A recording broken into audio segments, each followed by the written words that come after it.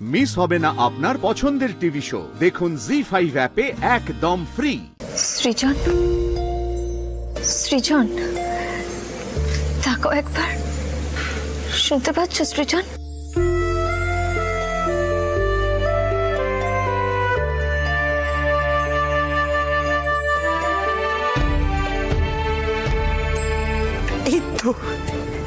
এই তো বাবু চোখ মেলেছে।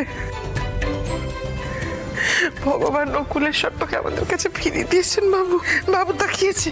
জয় বাবা নকুলেশ্বর, জয় বাবা, জয় বাবা। ও বাবু, বাবু তোর আর কোনো ভয় নেই বাবা।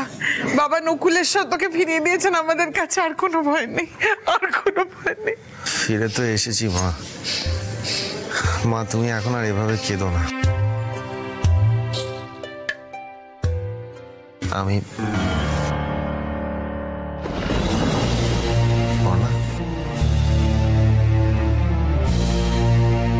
মা, তোমাদের হাতে ব্যান্ডেজ কেন?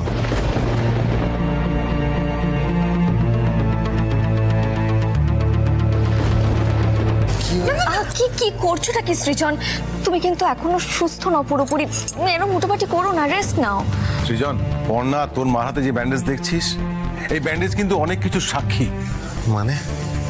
হ্যাঁ রে সৃজন, তুই তো তখন চোখ খুলছিলিস না, ডাক্তারবাবুরাও কিছু বলতে পারছিল না। তখন আমি, তোর মা আর পর্ণা মিলে বাবা নকুলেশ্বরের মন্দিরে যাই তোর নামে পুজো দিতে। সেখানে তোর মা আর পর্ণা মিলে অষ্টপ্রহর ঘন্টা নাড়িয়ে গেছে। এক মুহূর্তের জন্য থামেনি। কত বড় আর ভারী ঘন্টাটা ছিল। মা পর্ণা দুজনে মিলে একসাথে ঘন্টা বাজিয়েছে। হ্যাঁ রে সৃজন, আমরা যেটা কোনোদিন ভাবতেও পারিনি সেই ঘটনাটাই ঘটেছে। তোর মা আর পর্ণা দুজনে হাত ধরে একসঙ্গে। বাবু বাবা, এতবার করে কথাটা বলার কি আছে? আর এত উত্তেজিতই বা হচ্ছ কেন? আমি আর পর্ণা দুজনে মিলে ঈশ্বরকে ডেকেছি, ঘন্টা বাজিয়েছি, যাতে বাবু সুস্থ হয়ে আমাদের কাছে ফিরে আসে। ব্যাস, মিটে গেল। এতবার বলার কি আছে? সত্যি মা, আমি বোধহয় কোনোদিনই আর আপনার পছন্দের মানুষ হতে পারবো না। তবুও এই যে আপনি আমার সঙ্গে ঘন্টা বাজিয়েছেন, এই স্মৃতিটা আমি সারাটা জীবন মনে রেখে দেব।